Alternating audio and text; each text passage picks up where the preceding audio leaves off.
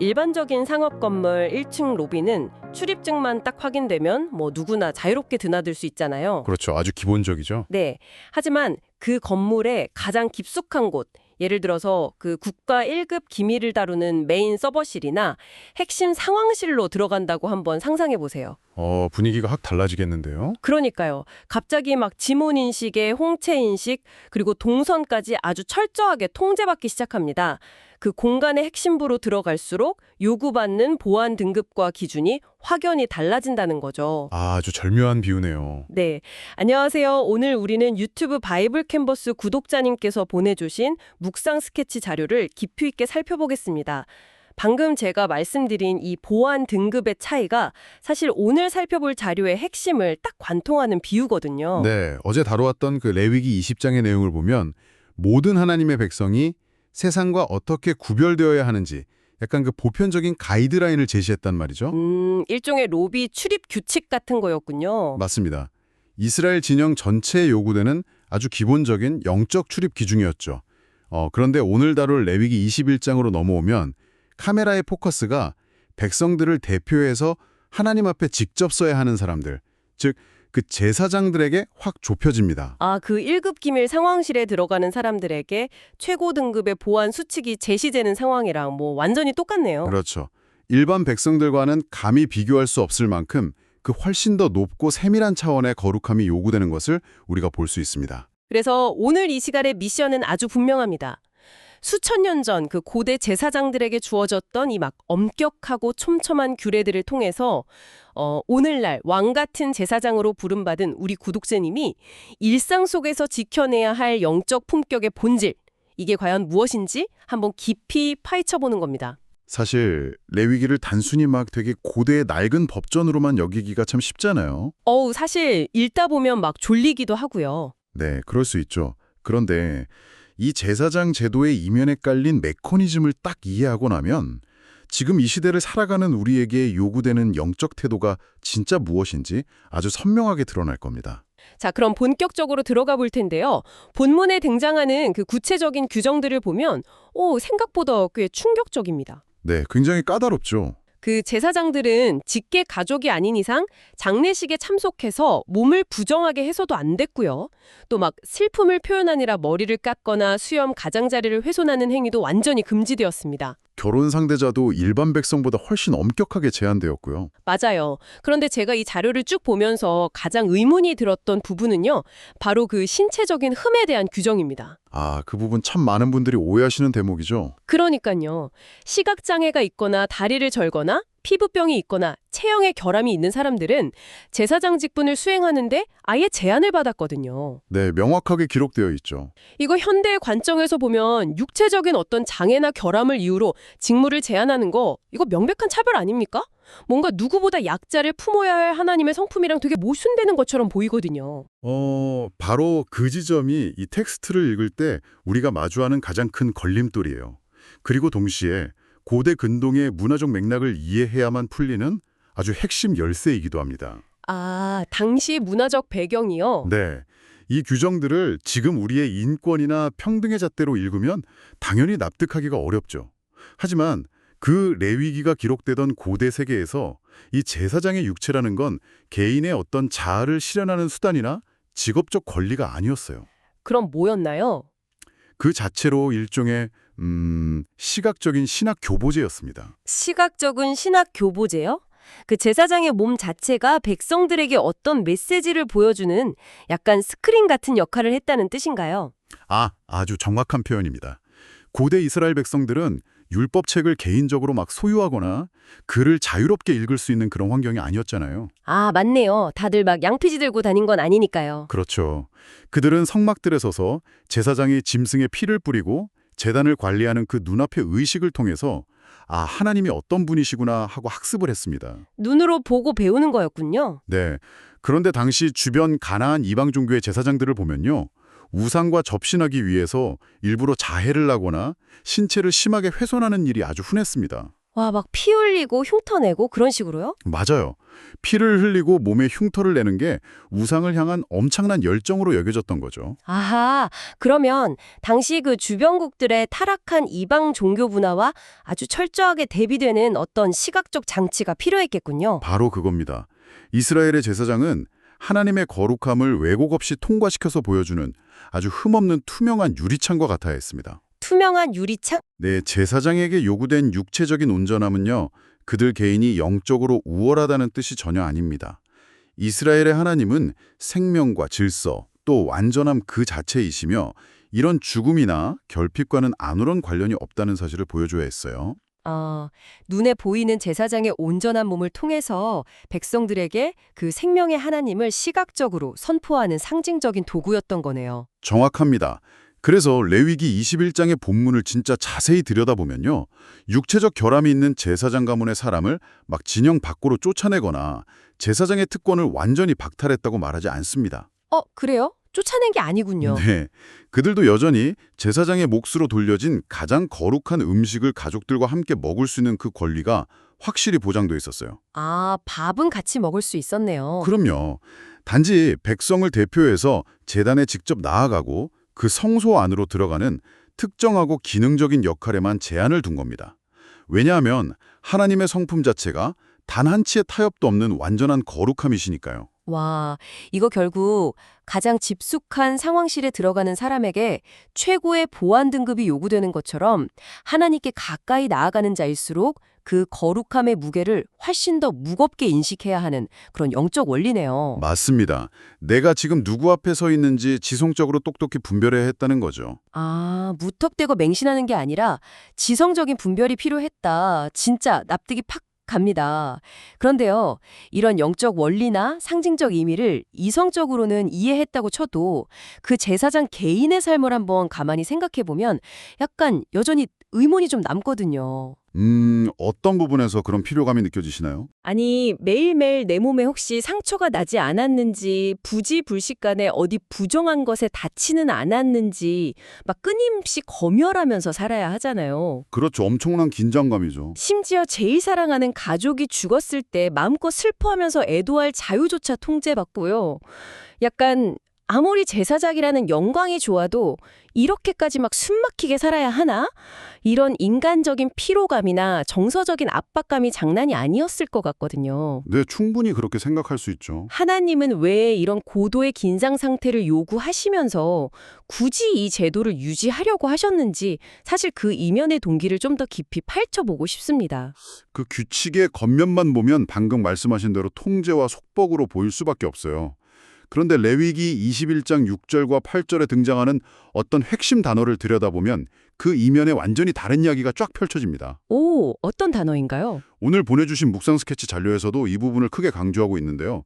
제사장을 가리켜서 하나님의 음식을 드리는 자라고 계속 반복해서 부르고 있습니다. 하나님의 음식이요? 네, 이 하나님의 음식이라는 메커니즘을 우리가 제대로 이해하는 것이 아주 중요합니다. 아니 근데 고대인들은 진짜로 우상이나 하나님이 뭐 배가 고파서 제물로 바쳐진 고기를 막 드신다고 생각했던 건가요? 당시 이방 종교인들은 실제로 그렇게 굳게 믿었습니다. 인간이 제물을 제때 바치지 않으면 우상들이 굶주리게 되고 굶어서 화가 난다? 네, 화가 난 우상들이 막 인간에게 재앙을 내린다고 생각했죠. 그러니까 일종의 굉장히 기계적인 거래 관계였습니다. 내가 밥 줄 테니까 너는 복을 다오 이런 거군요. 맞아요. 하지만 이스라엘의 하나님은 시편 50편에서 이렇게 분명히 선언하셨습니다.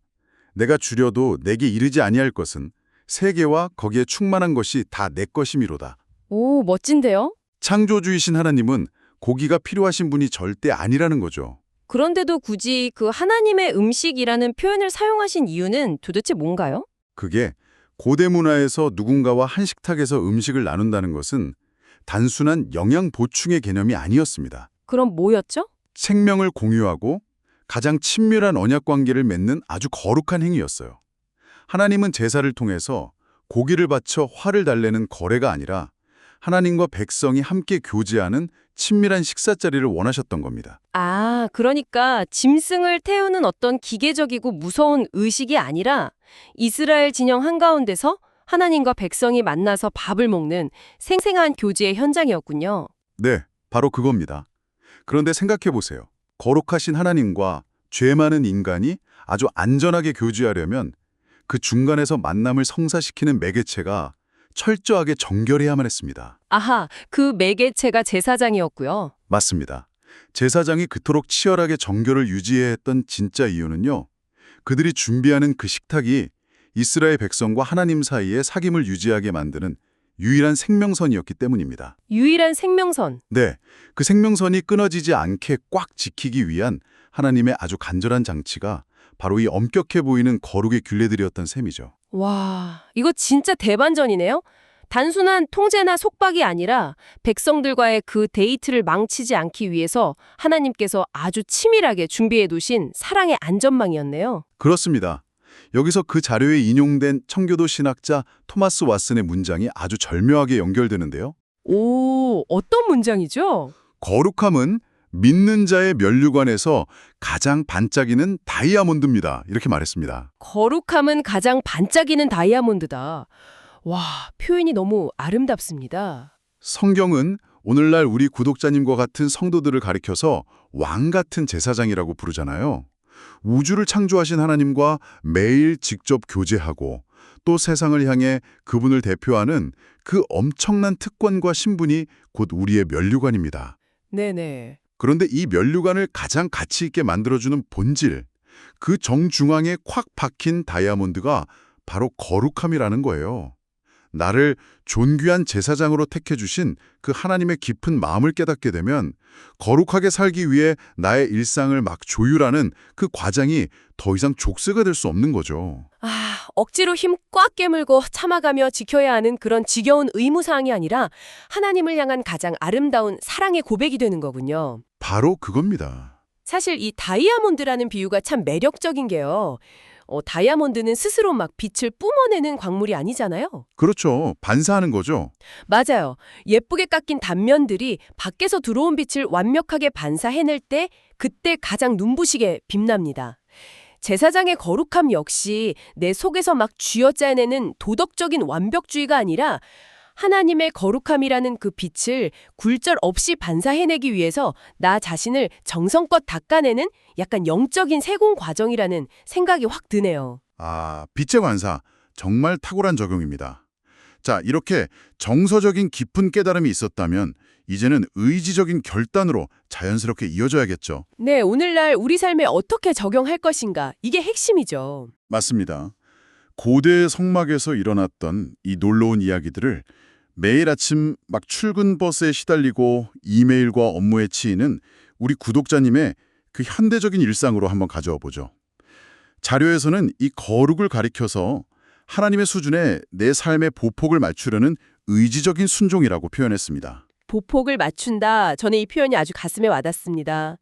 우리가 누군가랑 함께 걷기 위해서는 막 혼자 앞서 달려가서도 안 되고 뒤처져서도 안 되잖아요. 네, 계속 상대를 봐야죠. 끊임없이 상대방에게 나의 속도와 방향을 조율해야 하니까요.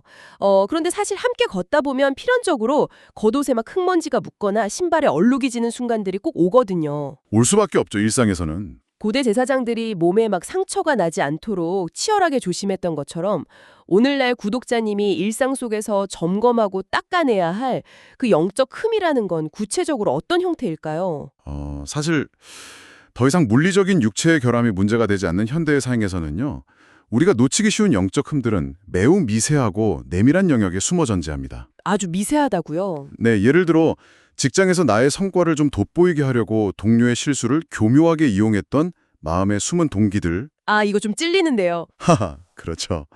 또는 겉으로는 되게 친절하게 웃고 있지만 속으로는 막 끊임없이 타인의 가치를 저해주라고 평가하는 은밀한 교만함. 네. 아니면 막 피곤하다는 핑계로 가장 가까운 가족들에게 무심코 툭툭 내뱉은 날카롭고 짜증 섞인 말들, 뭐 이런 것들이죠. 사실 그런 사소한 일상적인 실수들은 뭐 다들 이렇게 치열하게 사는데 이 정도는 어쩔 수 없지 않나? 이러면서 합리화하고 넘어가기가 식상이거든요. 누구나 그런 유혹을 받죠. 매번 어떻게 그런 내면의 동기까지 다 신경 쓰냐, 피곤해서 사회생활 어떻게 하냐, 이런 반문이 당장 나올 수도 있고요. 그런데요.